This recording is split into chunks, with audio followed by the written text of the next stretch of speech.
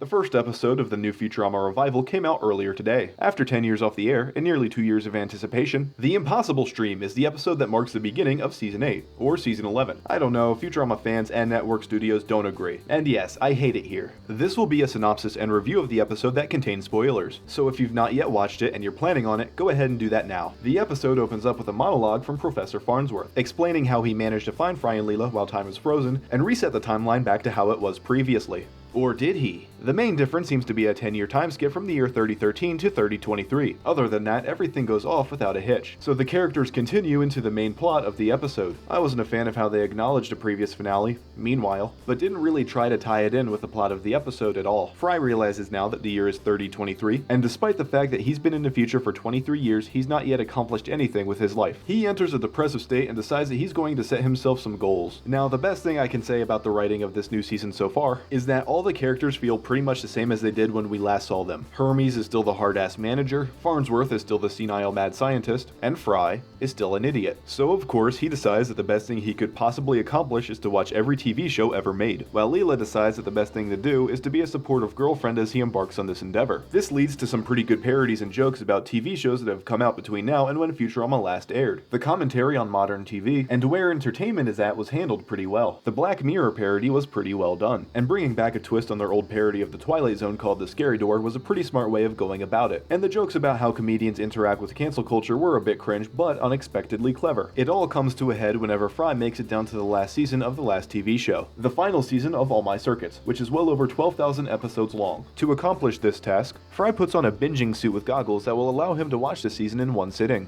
After months, it is discovered that Fry's brainwaves match the TV show completely, and if he were to be unplugged, it would destroy his mind. As the show is coming to a close, Leela freaks out knowing Fry will be brain dead whenever the season ends. To keep him alive, she goes to Hulu to create a new season of the show. They put out 1 hour of content every hour to keep Fry alive until it's discovered that Fry is watching everything at 2 times speed. So they have to produce content much faster. While this is happening, all the writers and producers for the show quit, leaving Leela and Bender to produce the show on their own. During this part of the episode, there was a pretty good joke about the writer guild treatment and pay. Pretty topical and on point for post-2020 commentary in television. I'm not sure if they went back last minute and wrote that in, or if it was an insane Simpsons-level prediction. More likely than not though, relationships between writers and executives have been rocky for a while now, and this wasn't a difficult prediction to make, especially for a writer. After a while, the executives cancel the show and Leela is panicked as Fry's fate is sealed. But there is one last thing that can be done. They bring back the actors to have them reenact the final episode live at the Planet Express, so that Fry can slowly be eased back into reality. As they are going ahead with that plan, they explode. Because they are incompetent, the flames from the explosion consume Fry. As Leela is mourning his death, Fry walks into the room, revealing he left the suit days ago, because he couldn't stand the writing and production of the new season. This leads into the closing scene where Fry is being interviewed by President Nixon. When asked if he had learned anything throughout the episode, he responds,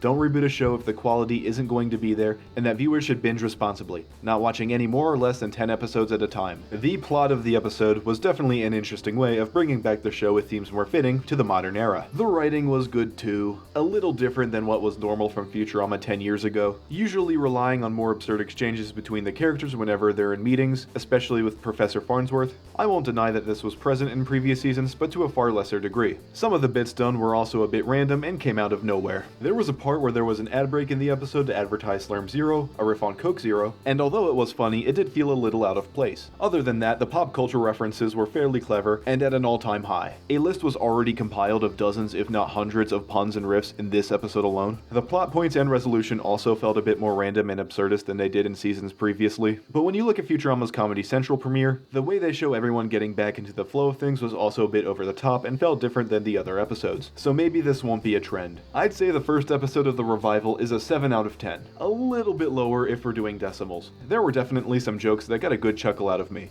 and nothing about the episode was necessarily bad. But I wasn't really glued to my seat either. The plot didn't really land for me. This episode wouldn't really be able to stand on its own when compared to Futurama's run on Fox, but would probably stack up near the middle of the pack when compared to the Comedy Central run. I've seen this episode get a decent amount of praise already, and I'm definitely excited to see what the episode Children of a Lesser Bog will bring next week. All in all, this isn't the disaster I was afraid this might be. This season still has a lot to offer. And gauging from the first episode, this season definitely has a ton of potential even though it's not been realized yet. Subscribe now so you can see my review for next week. I'll see you guys there.